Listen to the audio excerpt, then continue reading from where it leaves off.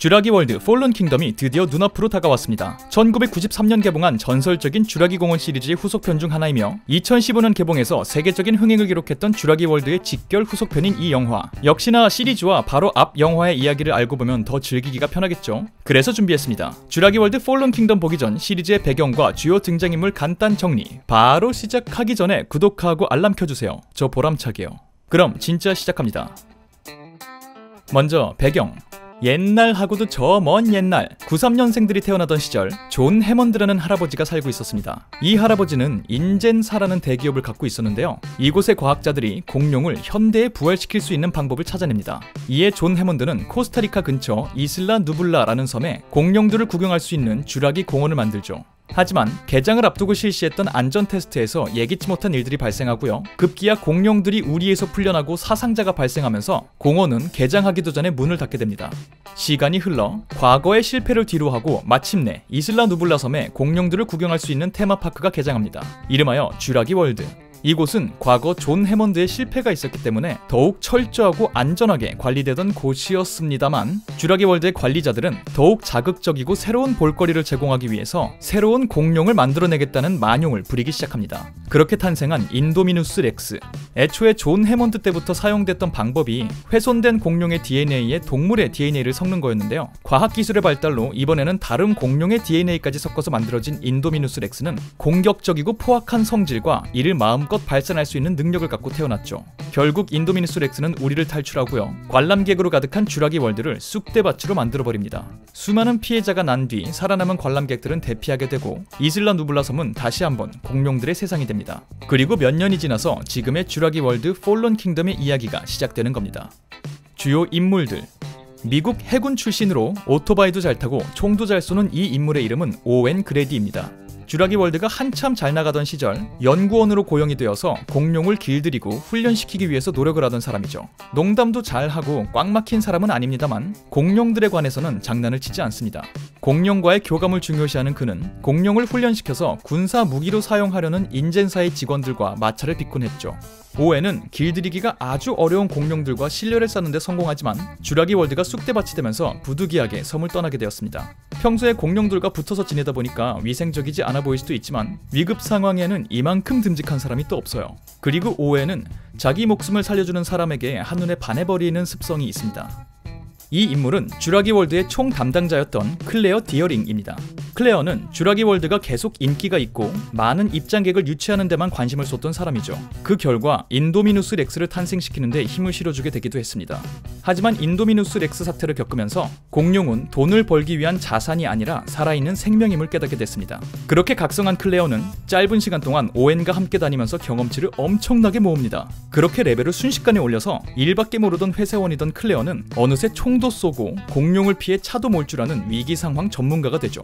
레벨이 너무 빨리 올라서 하이힐을 신은 채 공룡보다 빠르게 달리게 될 정도였습니다. 이 클레어라는 캐릭터와 오웬은 사실 예전에 한번 소개팅을 한 적이 있었는데 성향이 너무 달라서 잘 안 됐다가 지난번 영화에서 위기 상황에서의 서로의 모습에 반하게 되고 쥬라기 월드를 잃어버리는 대신에 사랑을 얻는 장면을 연출했습니다만 이번에 공개된 예고편을 보면 둘 사이가 그렇게 좋아 보이진 않습니다. 두 영화 사이에 어떤 일이 있었는지는 이번 영화 폴런 킹덤을 통해서 보여주겠죠. 1993년도 원작에도 등장했으며 쥬라기 월드에서도 역시 등장했던 이 사람의 이름은 헨리 우입니다. 존 해먼드 밑에서 과학자로 일하면서 공룡 부활에 최고의 실력을 갖게 된 사람이죠. 인도미누스 렉스를 탄생시킨 장본인도 바로 이 사람입니다. 위기를 예견하지 못하고 그저 과학에만 관심 있는 매드 사이언티스트 같은 느낌이었습니다만 지난번 영화에서 공룡 무기화에만 관심을 가지던 인젠사의 직원들과 내통을 하고 공룡 탄생의 핵심 기술인 공룡 배아들을 빼돌리는 모습이 보이는 등 향후 어떤 모습으로 등장할지는 의문인 상태로 자취를 감춘 상태입니다. 그리고 예고편에서 의미심장한 말들을 던지는 이 사람은 역시 1편에 등장했던 이안 말콤 박사입니다. 혼돈학자라고 스스로를 소개하는 말콤 박사는 과거 쥬라기 공원의 안전 테스트에 참가했다가 자연을 거스르는 인간의 탐욕이 어떤 결과를 가져오는지 두 눈으로 직접 목격했던 극소수의 사람 중 한 명입니다. 그리고 시대를 뛰어넘는 이 요염한 짤을 탄생시킨 장본인이기도 하죠. 과거 쥬라기 공원의 참사를 기억하는 말콤 박사가 이번 영화에서는 어떤 모습을 보일지는 아직 알려진 바가 없습니다. 마지막, 공룡들. 포스터에도 단독으로 등장하며 쥬라기 시리즈의 상징이 되어버린 이 친구의 이름은 모두가 아시는 티라노사우루스, 통칭 T-렉스입니다. 지난 93년 쥬라기 공원 사태에서 등장했던 바로 그 티렉스가 아직까지 살아있는 것으로 설정되어 있으니까 나이가 상당히 많죠. 앞발이 짧아서 누구를 잡지는 못합니다만 커다란 입과 수많은 이빨로 언제나 강한 공격력을 자랑하죠. 시력이 워낙 좋지 않아서 가만히 있으면 오히려 공격당할 확률이 줄어든다는 설정이 있습니다만 영화 속 캐릭터들은 언제나 티렉스만 만나면 그렇게들 뜁니다. 그리고 당연히 공격을 당하죠. 가만히 있으라니까. 티렉스는 언제나 본능대로 움직이기 때문에 의도한 건 아닙니다만 결과적으로 주인공을 돕게 되는 모습을 몇 번 보인 바 있죠. 그리고 클레어에게 달리기 시합에서 진 적이 있죠. 또 쥬라기 시리즈에서 티렉스만큼이나 무시무시한 공룡으로 소개되는 이 친구는 벨로시랩터입니다. 덩치는 작지만 상상 이상의 지능을 갖고 있으며 무엇보다 조직적으로 사냥감을 공격하는 공룡으로 소개됩니다. 빠른 속도와 날카로운 이빨, 생각보다 큰 발톱, 그리고 실내에서도 편하게 활동할 수 있는 작은 덩치를 갖고 있기 때문에 시리즈에서 언제나 인간에게 큰 위협이 되었습니다. 하지만 지난번 영화였던 쥬라기 월드에서는 이 벨로시랩터들을 오웬이 훈련시키는 모습이 보여집니다. 물론 야생의 본능이 있기 때문에 길들여졌다기보다는 살얼음 같은 긴장감이 존재하는 유대 관계가 형성된 거죠. 이들 중에 우두머리인 블루는 특히나 지능이 뛰어나고 오웬과의 유대감도 강한 것으로 묘사되고 있으며 인도미누스 렉스 사태 때 친구 랩터들이 모두 죽고 혼자 살아남은 상태에서 친구들의 복수를 위한 것인지 오웬을 구하기 위한 것인지는 모르겠지만 당당하게 인도미누스 렉스에게 덤벼드는 패기 넘치는 모습을 보여준 적도 있습니다. 현재 다른 공룡들처럼 블루도 이슬라 누블라 섬에 고립되어 있습니다. 그리고 아마도 쥬라기 시리즈를 통해서 선보여진 육식 공룡 중에 덩치가 제일 크고 압도적으로 강하지만 바다에 살고 있는 이 공룡은 모사사우루스입니다.